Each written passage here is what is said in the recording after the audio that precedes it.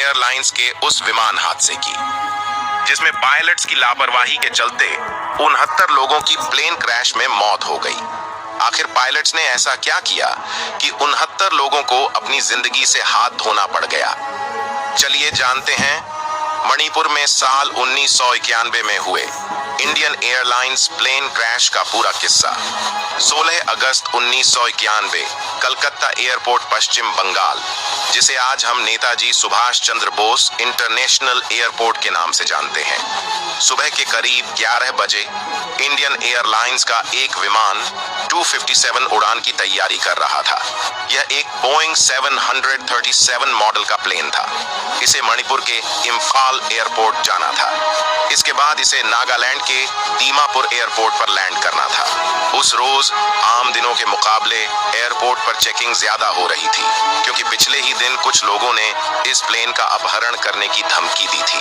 Checking के बाद विमान में 63 यात्री और क्रू मेंबर्स बैठ गए। यात्रियों में एक छोटा बच्चा भी शामिल था, जिसने अभी दुनिया को अच्छे से देखा भी नहीं था। यात्रियों में मणिपुर के तत्कालीन डिप्टी चीफ मिनिस्टर इरेंगबाम टोम्पोक और शिक्षा मंत्री केशम बिरा भी थे।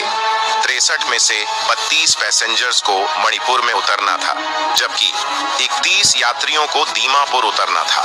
न्यूयॉर्क टाइम्स के मुताबिक इस विमान को 37 वर्षीय कैप्टन शेखर हेल्दर और 26 साल के कैप्टन रॉय चौधरी उड़ाने वाले थे।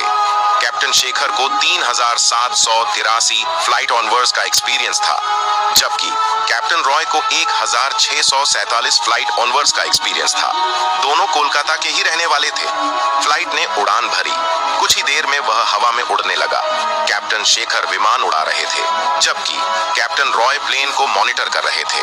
तभी एटीसी से कमांड मिली कि आप 29,000 फीट की ऊंचाई पर चले जाइए, फिर मणिपुर एटीसी आपको गाइड करेगा। करीब आधे घंटे बाद प्लेन मणिपुर के इलाके में दाखिल हो गया। यह एरिया पहाड़ों से घिरा हुआ है। कभी भी अचानक से यहाँ धूप निकल आती है, तो कभी भी अचानक से बारिश होने लगती है। इसलिए पायलट लगातार एटीसी से कांटेक्ट करते रहे। एटीसी ने कमांड दी कि आप 10,000 फीट की ऊंचाई तक विमान को ले आइए। एटीसी ने पायलट से प्लेन की पोजीशन भी पूछी। कैप्टन ने बताया कि हम वीओआर ओमनी डायरेक्शनल रेंज के ऊपर फ्लाई कर रहे हैं। बता दें, वीओआर की मदद से पायलट को सिग्नल मिलते हैं और डायरेक्शन के लिए गाइडेंस मिलती रहती है, लेकिन वीओआर को पायलट तक सिग्नल भेजने के लिए प्लेन में रिसीवर लगा होता है। यहाँ इंडियन एयरलाइंस में वो रिसीवर नहीं था। इससे एटीसी प्लेन की करंट लोकेशन पता नहीं लग पा रही थी, इसलिए वो पायलट से बार बार उनकी लोकेशन पूछ रहा था। कैप्टन का हर बार यही जवाब था कि हम वीओआर के ऊपर उड़ रहे हैं। एटीसी ने तब कहा कि आप हाइट कम करके 5,000 फीट पर आ जाइए, फिर हमसे कांटेक्ट कीजिए। ये कहते ही एटीसी इंडियन एयरलाइंस के दूसरे विमान को गाइड करने लगा। तभी एक बार फिर इंडियन एयरलाइंस फ्लाइट 257 के पायलट ने दोबारा एटीसी से कांटेक्ट किया और बताया कि हम ईस्ट की तरफ जा रहे हैं, वहां से विमान के एल्टीट्यूड को कम करके वापस यहां लौटेंगे। एटीसी ने तब वार्निंग दी कि उस साइड बारिश हो रही है, इसलिए थोड़ा ध्यान देना। फिर थोड़ी देर बाद एटीसी ने फ्लाइट 257 से कांटेक्ट किया, तो कोई जवाब नहीं आया। एटीसी को अनहोनी का अंदेशा होने लगा, इसलिए एटीसी ने दूसरे प्लेन जो कि वहां लैंडिंग के लिए आ रहा था, उनसे कहा कि आप ग्राउंड पर नजर मारते हुए आना। अगर आपको फ्लाइट 257 नजर आए तो हमें बताना, लेकिन उन्हें ग्राउंड पर कोई प्लेन नहीं दिखा। मौसम भी खराब था। एटीसी ने फिर फ्लाइट 257 से कांटेक्ट करके मैसेज देने की कोशिश की कि रनवे खाली है, आप लैंड कर सकते हैं, लेकिन अफसोस उन्हें फ्लाइट 257 से कोई जवाब नहीं मिला।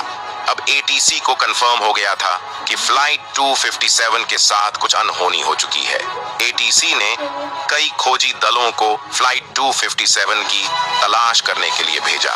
काफी मशक्कत के बाद पता चला कि थैंगचिंग हिल में वह विमान दुर्घटनाग्रस्त हुआ है। रेस्क्यू टीम जब वहां पहुंची तो काफी रात हो चुकी थी। प्लेन में सवार सभी 69 लोगों की मौत हो चुकी थी। लाशों को लाने में 4 दिन का समय लग गया। हादसे के बाद इंडियन एयरलाइंस एयरलाइंस ने घोषणा की कि सभी मृतकों के परिवारों को 5-5 लाख रुपए का मुआवजा दिया जाएगा। प्लेन में जो छोटा बच्चा मारा गया है उसके परिवार को 2.5 लाख रुपए का मुआवजा दिया जाएगा। इस हादसे के अगले ही दिन से इन्वेस्टिगेशन की टीम अपनी जांच में जुट गई। हादसे के चश्मदीद लोगों के अलग अलग बयान सामने आए। किसी ने कहा कि प्लेन में पहले ही आग लग चुकी थी, उसके बाद वो क्रैश हुआ, जबकि कुछ लोगों ने कहा कि प्लेन पहले क्रैश हुआ फिर उसके बाद उसमें आग लगी। शुरुआती इन्वेस्टिगेशन में इस बात को भी माना गया कि हो सकता है किसी ने प्लेन पर अटैक करवाया हो, क्योंकि एक दिन पहले ही प्लेन को हाईजैक करने की धमकी दी गई थी। लेकिन मलबे की जांच से यह साफ नहीं हुआ कि प्लेन में कोई बम ब्लास्ट हुआ है। इन्वेस्टिगेशन टीम ने ब्लैक बॉक्स बरामद किया, लेकिन वो भी डैमेज हो चुका था। बड़ी मुश्किल से कॉकपिट वॉइस रिकॉर्डर से कुछ डाटा मिल सका। इससे सिर्फ 5 पैरामीटर्स का ही पता लग पाया। एफडीआर के मुताबिक प्लेन ने जब उड़ान भरी तभी से उसमें कुछ दिक्कत आ गई थी। पायलट्स ने उसे नजरअंदाज किया। दूसरी गलती पायलट्स ने ये की कि उन्होंने डायरेक्शंस को इग्नोर करते हुए दूसरे रास्तों यानी शॉर्टकट से प्लेन को उड़ाया। शॉर्टकट के चक्कर में वे लोग जल्दी ही मणिपुर पहुंच गए और उन्होंने प्लेन को नीचे लाना शुरू कर दिया। लेकिन इस बात की जानकारी उन्होंने एटीसी को नहीं दी। वे अपनी गलती को छुपाने के लिए एटीसी को गलत जानकारियां देने लगे। अपनी असली लोकेशन उन्होंने बताई ही नहीं। दोनों पायलट ने फिर पहले ही प्लेन को नीचे लाना शुरू कर दिया था, जबकि प्लेन एयरपोर्ट से 26 किलोमीटर दूर था।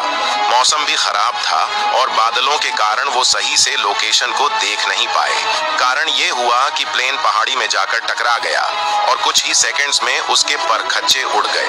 दोनों पायलट की लापरवाही से उनकी तो जान गई ही, लेकिन 63 यात्रियों और 4 क्रू मेंबर्स को भी अपनी जान से हाथ धोना पड़ गया। अगर आपको यह जानकारी पसंद आई हो या कुछ नया सीखने को मिला हो तो प्लीज इसे दूसरे सोशल मीडिया नेटवर्क पर शेयर जरूर